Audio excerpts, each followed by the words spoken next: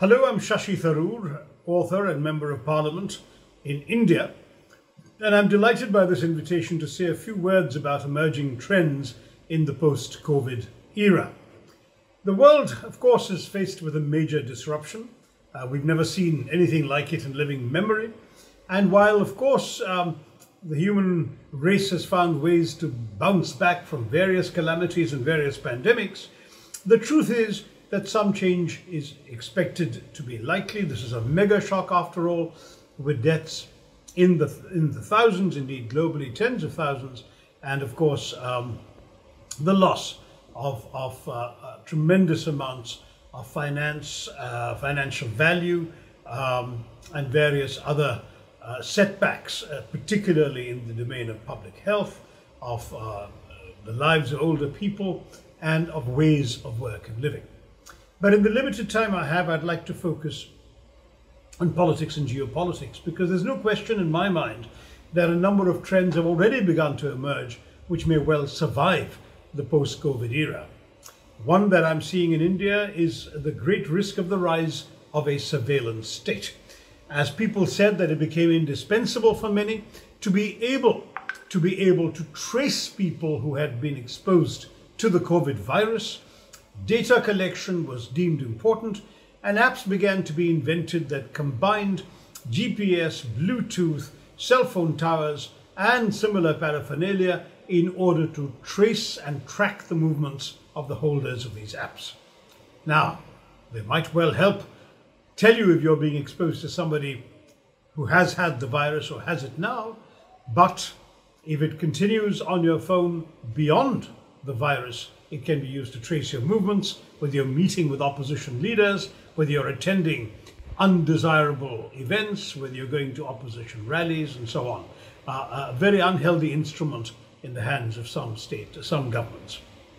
No question also that there's got to be real changes in various countries' politics when it comes to the importance and emphasis given to public health, to new national discourses on the way in which security is interpreted to include human security and not just military security. But let's move on to geopolitics, because we're already seeing some important trends.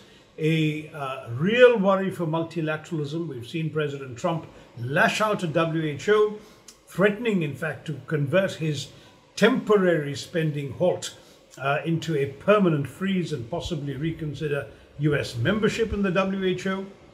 The question coming up at a time when international institutions were already straining for relevance, whether indeed multilateralism could be a casualty of COVID.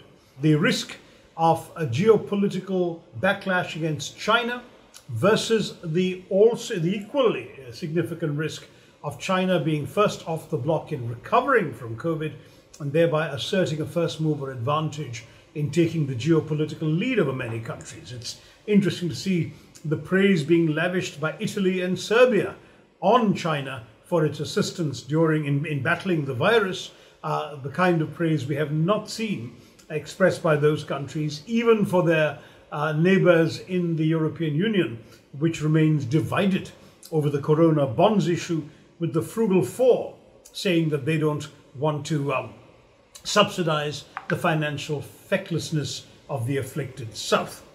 So Europe is no longer looking like a great vanguard of internationalism. Multilateralism is under threat. China may well be rising, but equally there is a pressure to decouple from it.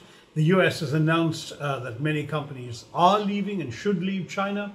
Japan has given a $2 billion set of incentives for Japanese companies to pull out of China and move elsewhere, ideally to Japan, but if not, there's $250 million available in incentives to move to other developing countries that are not China.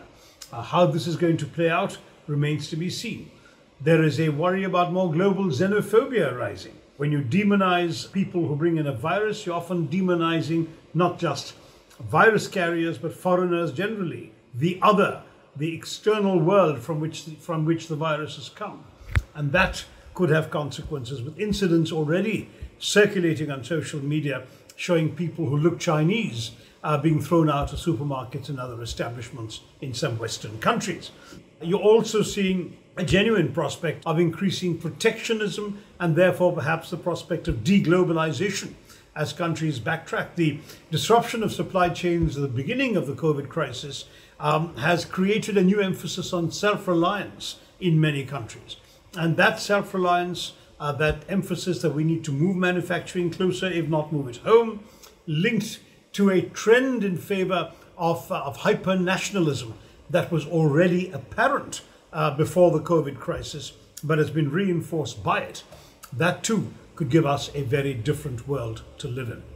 I'm more and more convinced that the geopolitical changes that we've begun to see now are not going to disappear. Certainly the increasing protectionism and withdrawal or isolationism that may arise in the US if President Trump is re-elected should not be discounted. Obviously, a Biden election is likely to give us a return to the America we've all known for a longer time. But there are many tendencies, and a desire not to be dependent on China will be felt by many countries, by individuals, nations, and corporations. And their individual decisions may also create a more divided world. One thing is very clear: business as usual is not going to be the case. We will see a different world. How that's going to emerge remains to be seen. We all need to watch this space.